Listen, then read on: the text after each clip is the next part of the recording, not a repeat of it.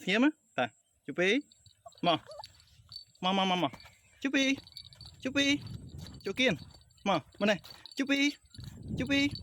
chụp ý chụp, coi cho, chụp ý, xem, chụp ý, coi cho, ta, mò, chụp ý, đi ra, mò, muối pi, chụp ý, chụp, chụp ý, coi xem. Coi nắng này thêm chụp ý nó thêm chụp ý ta coi chưa ta chụp ý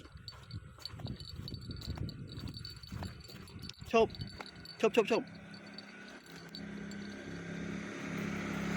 mò chụp sen chụp ý mà này coi cho